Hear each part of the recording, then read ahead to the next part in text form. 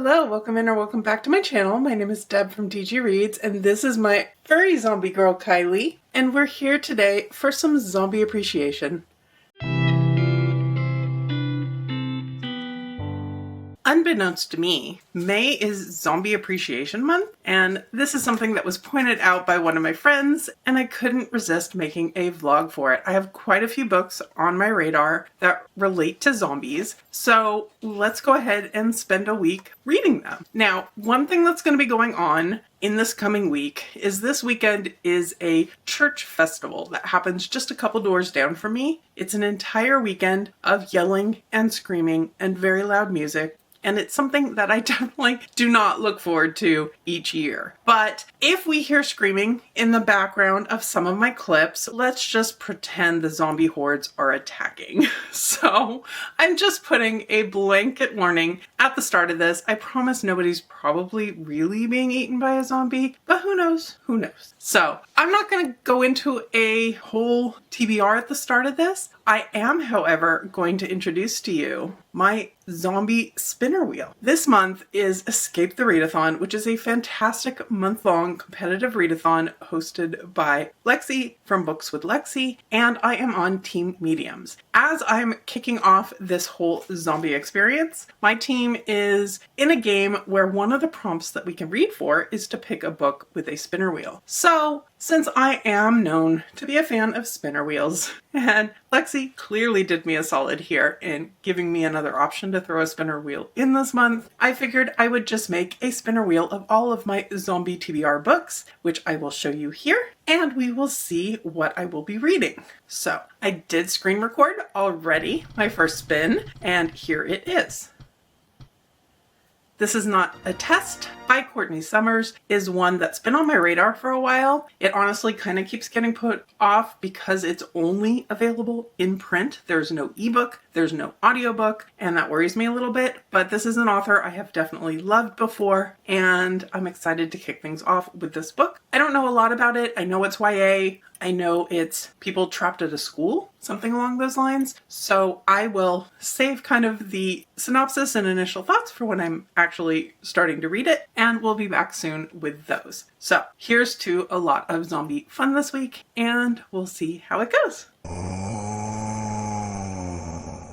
I've officially started on my first zombie book from my zombie spinner wheel, and that is, of course, This Is Not a Test by Courtney Summers. And this is an older one. I forget when it came out originally, 2012, so it's been a few years. It's only available in paperback, but it is fairly large print and fairly well-spaced text. I've managed to get about halfway through in here in just a couple hours, and that's with a lot of distractions from the Escape the Readathon Discord going on as well, so it's obviously going pretty quickly. And I wanted to do a midway check-in because I am having a good time with it. It started off a little rocky, quite frankly. We opened the book with a suicidal teenager, and her name is Sloane. Her father is very abusive, so obviously there's a lot of trigger warnings in here beyond just the zombies and the violence that comes with the zombies. And it's a normal kind of morning, or at least normal for what their family unit is. Sloane's sister took off some time back, I think like 6 months ago, and Sloane is really torn up about the fact that her sister abandoned her. Her sister knew that Sloane really couldn't survive her father on her own, and the fact that Lily left anyway breaks her heart. And her father is very controlling. He purposefully burns her breakfast and forces her to eat it. He has beaten her up before, or hit her, or severely injured her, but isn't willing to take her in for help because of this. So it's not a good situation. And then suddenly there's a knock on the door, somebody's asking for help, and it's because the world has suddenly been taken over and been overrun by zombies. It just kind of is a jarring opening. I wasn't quite expecting that part of it, but Sloane goes outside, she sees people dying, she sees all this going on. And then the book makes an abrupt jump to 7 days later, and Sloane and 5 other teenagers have made their way to the high school, and it's been a hard-fought battle to get there to survive this far, but the 6 of them are now barricaded inside the high school. Along the way, they lost people. There's a lot of upset between the 6 people and what they know of each other from the past and what happened on this journey through this dangerous situation. And we're kind of finding out bits and pieces of really what happened to them during that time frame as the story unfolds. And there are a lot of elements in here that are very familiar in terms of zombie lore, in terms of kind of being able to barricade people out, but at the same time, they're trying to get in. They know there's human flesh inside the school, and so they're banging at the doors and kind of driving our characters crazy because they're constantly hearing this banging. They do have a pretty good setup here in the sense that there's food at the school. They do have water to some extent, at least for a while at the school, and it's a lot about survival at this point, but also the trauma that they've been through. Obviously, Sloane is still struggling with her mental health and with the decision she was planning to make at the time the zombie apocalypse just suddenly happened. And it definitely took me a while to get into. There have been some slow parts along the way, but I'm very much hooked. They're very pretty short chapters, and that is also making it really easy to just say one more chapter and keep going in that route. I am very tired this evening. I don't even know what time it is. Actually, yes, I do. I have a watch on. It's 9:30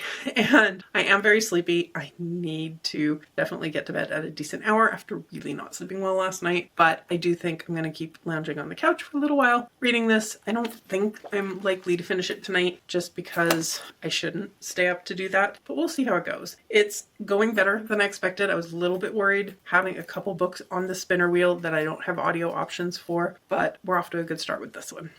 I've now finished up my first zombie book. This is not a test, wound up being a lot more emotional than I expected it initially. Obviously, we have a teenager dealing with a lot of depression and mental health issues, and given that May is not only Zombie Month, but also Mental Health Awareness Month, I feel like that's appropriate. There are definitely consequences for our characters in here. Not everything ends happy and rosy, but I think there's good character growth with our main character and with the characters around her as well. I think the ending is satisfying for the most part. I don't think it's going to answer every question everyone's ever going to have about it, but I think it does bring some resolutions and some high notes and definitely some very low notes as well. So definitely look at trigger warnings with this one. It's not one to go into in the wrong headspace, I think, because there are a lot of depressing themes on top of the whole zombie death, rotting corpses, all of that going on in here. But I really had a hard time putting this down, and considering I basically read the whole thing in a day, even with having to work today, and with the fact that it's only a paperback copy and no audio, all of that is really good.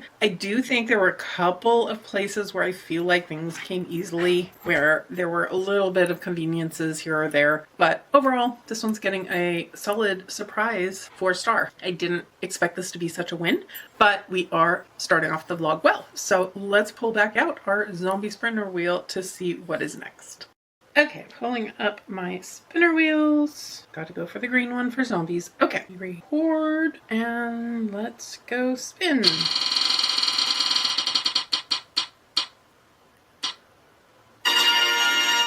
Okay, I've got Can You Survive the Zombie Apocalypse? This one is a choose your own adventure style book. I don't have it here with me, but I will start playing around with this one. But I do think I also want to pick an actual novel that I can read start to finish as well. So I'm going to spin for a second time. Okay, ready, set, and spin again.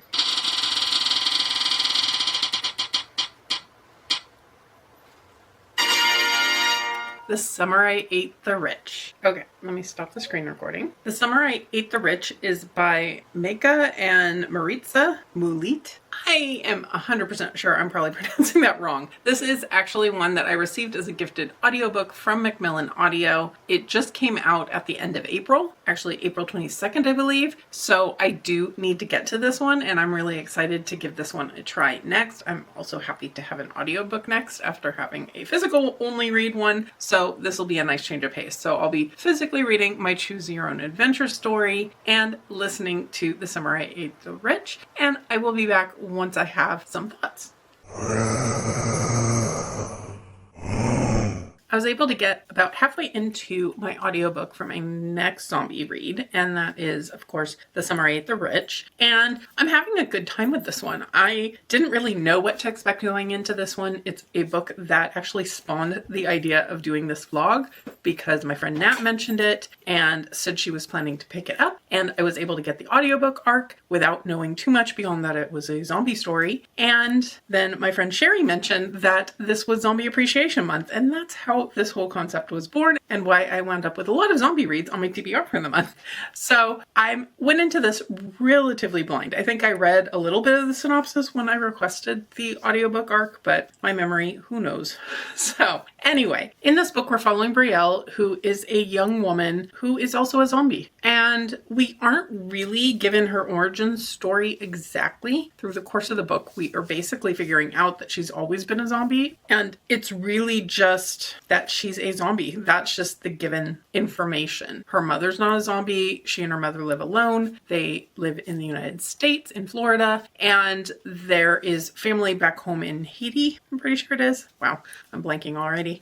But the idea is that this is just part of who she is. And she is an aspiring chef. She works in a restaurant. She got a job as a server, but she's also helping behind the scenes, working in the kitchen, and is really, really good at what she does. She is trying to kind of branch out on her own and take on like some catering type jobs. She's in the early stages of the book, kind of doing an impromptu food thing to get her name out there, and everyone loves her food. They don't know though that she craves human flesh. So there is that.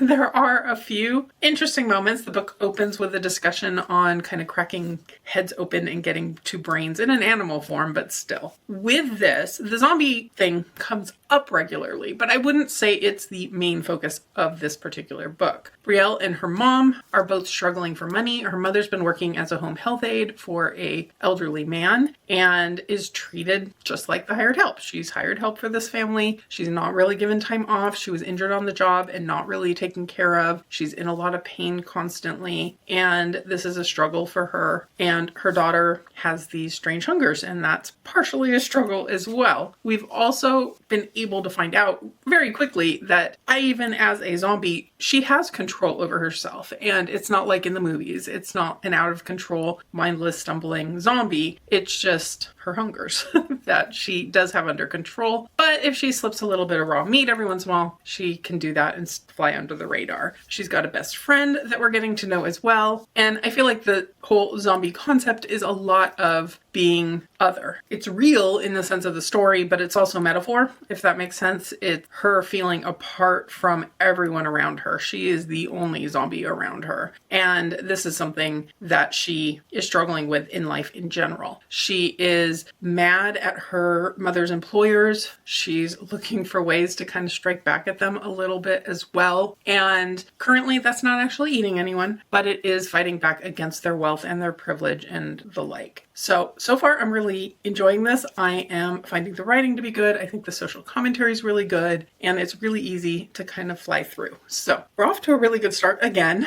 And with that, I'm going to go ahead and keep reading, and I'll check back in with you once I finish the book.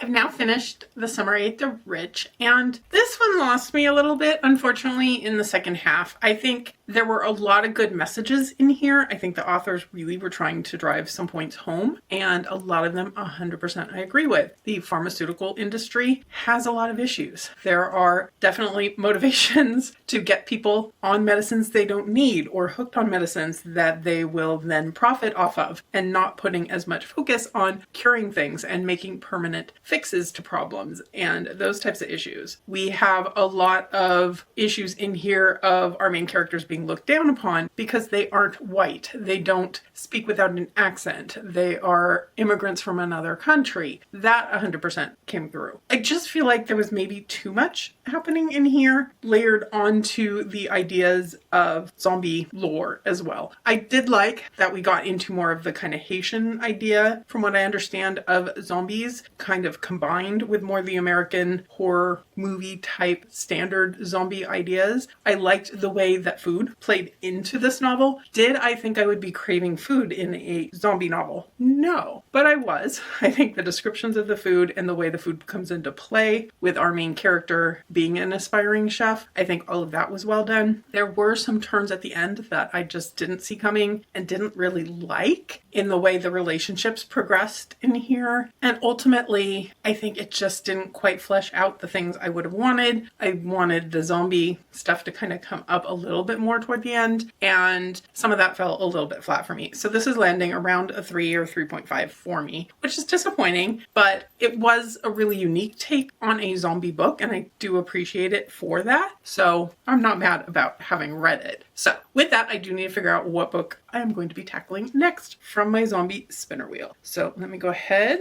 and screen record. Okay, let's see. I haven't taken any of the ones we've already gotten off of here, so if we get those again, I'm just going to respin immediately.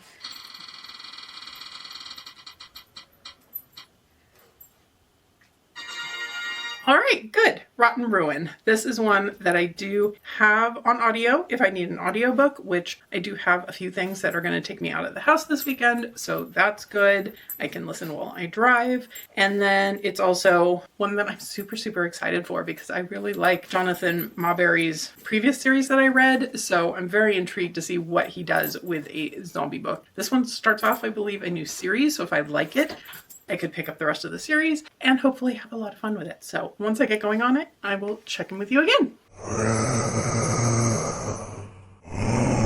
Checking in with you because I'm now a little bit over halfway into Rotten Ruin. This is separated into parts and I just finished part 2. So I figured I would check in before I get into part 3. Plus I do need to leave the house shortly. My dad's birthday is tomorrow, so we're having a family dinner tonight and I want to take this with me in the car. So far I'm enjoying this. It is slow to start, I would say. We are in a world that starts the book off after the zombie thing has been happening for a while. Zombies are an infection. This is the type of world where if anyone dies, whether they were bit or not, they will turn into a zombie. And the world has kind of set up these regions of safety with fences around it, safety within reason. Nothing's perfect, of course. And there are systems in place to make sure that anyone who does die doesn't turn. There are things that go wrong with that, of course. There's also human corruption in this world, as one might expect in any world that involves humans. So we're following Benny, who is a 15-year-old in this world,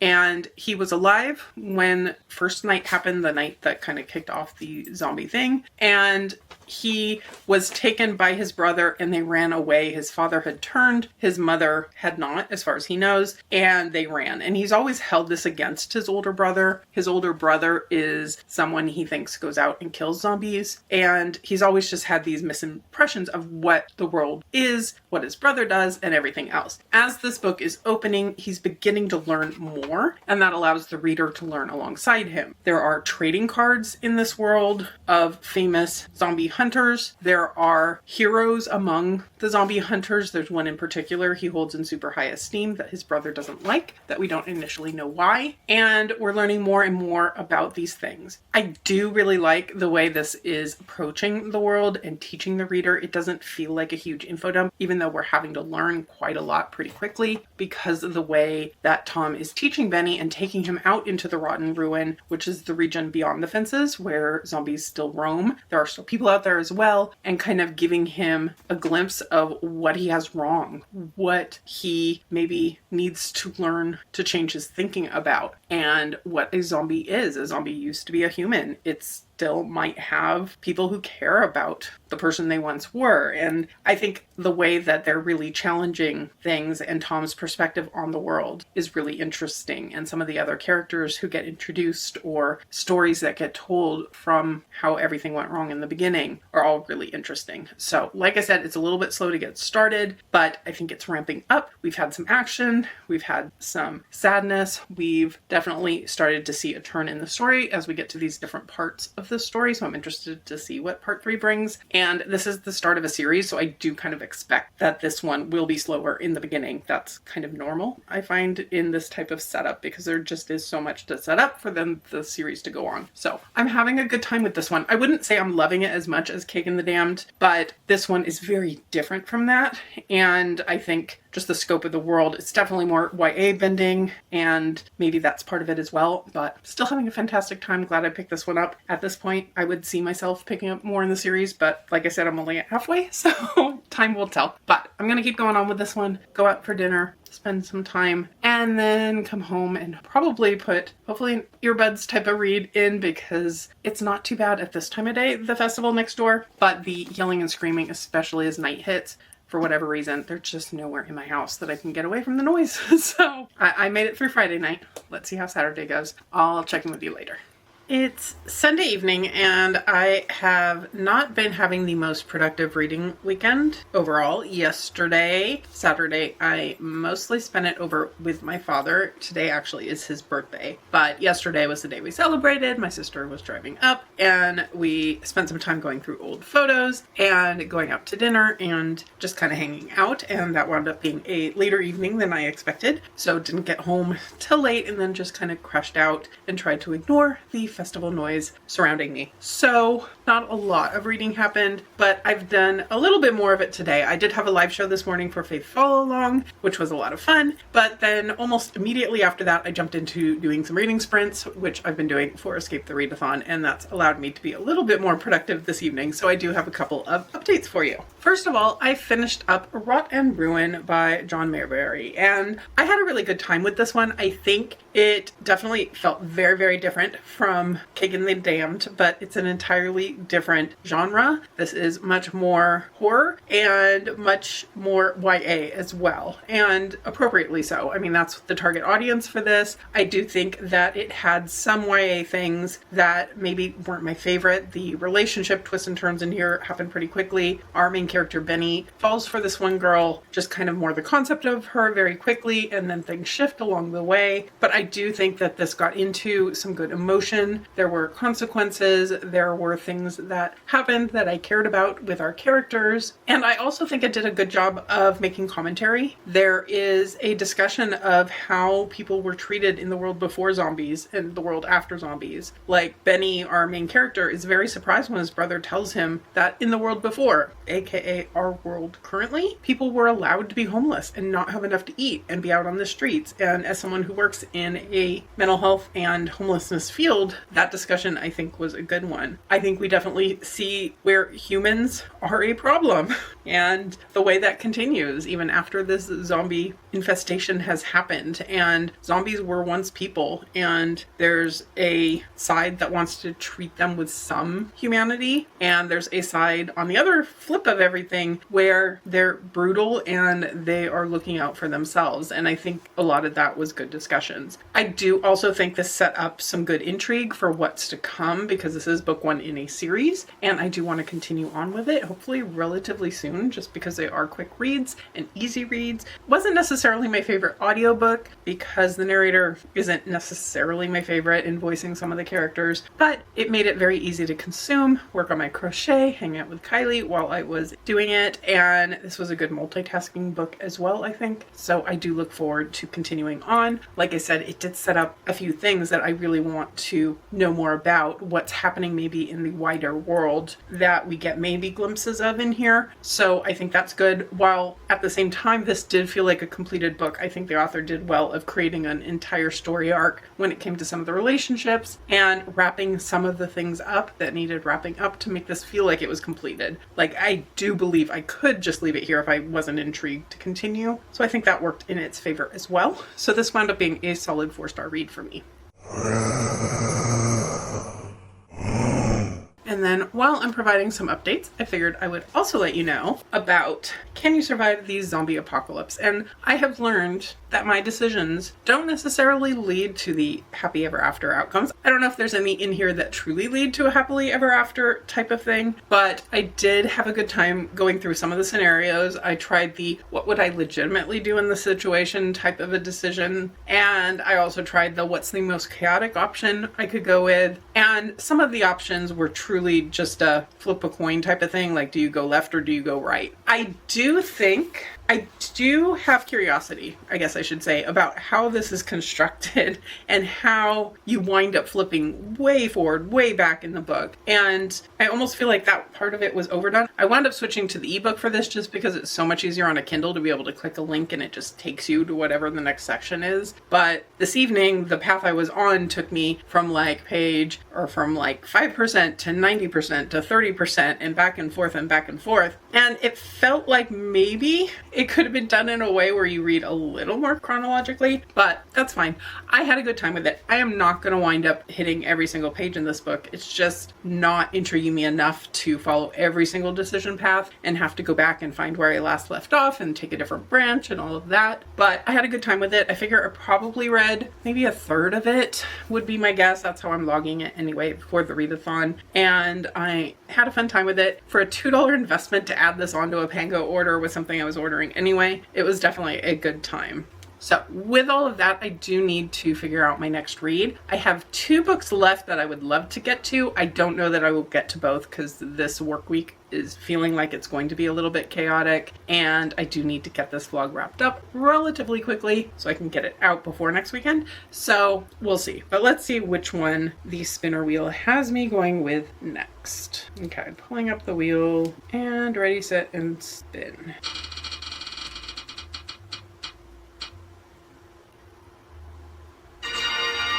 All right, the zombie survival guide is what is next for me. So let me, actually I have it right here. I forgot I brought both of the possibilities down with me. So this is the Zombie Survival Guide, Complete Protection from the Living Dead by Max Brooks. This is the author who wrote World War Z. And this one is more of a almost textbook, it feels like, depiction of what a world of zombies is. It is broken down in different sections, like what you should carry if you're out among zombies, vehicles, weapons, and the like. I'm not 100% sure that this is one that it's necessarily a book that I want to just sit down and binge read the entire thing in one go, but I do think some of it will be a lot of fun, and I think there's very much potential for enjoyment here. So I do know that I did really enjoy World War Z. I'm assuming this is kind of set within that world. I started flipping through the beginning of this when I first pulled it out for this, and I think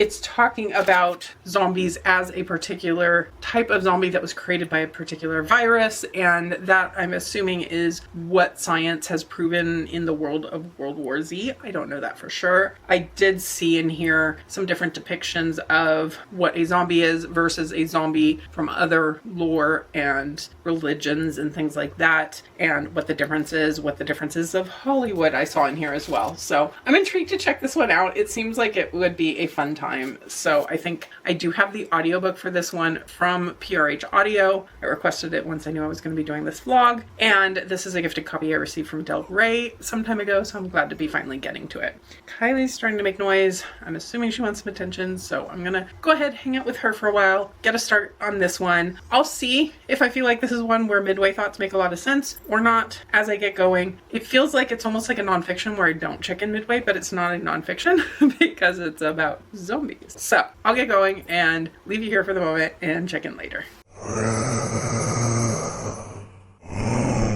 I'm back with a zombie update for you. I finished, or at least got close enough to finishing the Zombie Survival Guide. And I think this one accomplished what it meant to accomplish. It just wasn't necessarily the type of book where you're meant to sit and just read it all in one go, I don't think. Or at least for my taste, this would do better picking it up, reading a few chapters, going through it a little bit, putting it down, picking it up another time. Almost like a coffee table book, but in a novel shape. This had less humor to it than I expected. It really was more so written as if it really is a guide to how to handle a zombie apocalypse. as if that was what was really actively happening in the world. I liked a lot of parts of it. I thought the kind of pseudoscience of things was really interesting. I appreciated the discussion of what's different about these types of zombies and this fictional kind of world of zombies, and how that compares to things like Hollywood zombies, and also things that are called zombies in other cultures and religions and that type of stuff. The book kind of ended with some conspiracy theories and thoughts on how zombie outbreaks had been covered up, things like that, which I also found really interesting. There just was a lot in here that was very cut and dry, talking about different weapons, talking about different routes you would take if you're trying to flee zombies, talking about things like a prison setting and how that could have some pluses and negatives to it, and different things like that that really just makes this feel a little textbooky, even though it is set in a fictional type of world. So I did do a little bit of skimming in sections and fast forwarded a little bit in sections, but I read the majority of it, and it was an interesting read. I think the whole idea of creating this type of guide based on this fictional happening that's going on is just a really interesting kind of way of approaching it. So with that, I think this one's landing around a 3 for me, and not necessarily the highlight of this particular vlog, but still glad that I finally got to it, and still thankful that I got a copy of it and had the chance to read it. So with that, I did mention there was one other book I was thinking about wanting to get to, and that's just not going to happen. But I did want to go ahead and mention what that is, because I will still be reading it. I've made it a whole chapter into it, and I realized there just was no way without an audiobook and in the middle of the work week being what it is that I would get through it. But it doesn't come out till July, so it likely will show up in an arc attack vlog, just not a zombie attack vlog. So that is One Yellow Eye by Lee Bradford. This one comes out July 15th, and I have a gifted copy from Gallery. From what I've gathered from the start of this, apart from the fact that this just has such a stunning cover that definitely catches my eye, this one is set in a world where the zombies have come to be. And the world freaked out, had its moment, but then the government came in and kind of killed all the zombies and took care of things, and we're now kind of in the getting back to normal mode in this world. From what we know with the synopsis, the main character, Kesta, has a zombie that she's keeping, not alive, but keeping undead and taking care of based on the resources she has available to her where she works. There's rumors of a cure happening, and she's trying to make ends meet until she can get this cure for him. And that's really all I know going into this one, other than I will be picking it up, and you can look for a review from me in the future for this one. But even without getting to the final book, I did get to quite a few zombie books and had a really good time with it. Especially This Is Not a Test and Rotten Ruin. Both were books that have been on my list for a while and I've been wanting to get to. Having fun with a choose your own adventure style book also added something to the mix. And the audiobook for The Summer I Ate the Rich was definitely a different take on it. And the Zombie Survival Guide was very different as well. It's really fun to kind of get such very different stories out of something that have a central core of the same element in them as well. Let me know in the comments below, are any of these books you've read or any of them books on your radar? Do you have any favorite zombie type of books that you'd want to share with me? I seem to really enjoy having a zombie storyline. And if you've made it this far and you don't have anything to comment, leave me a zombie emoji to let me know you were here. If you could hit that like button below, I would surely appreciate it. And subscribe if you're interested in more of my themed vlogs, more of my book reviews, and more of my bookish content in general. But for now, I'll leave you here and see you real soon in a new video.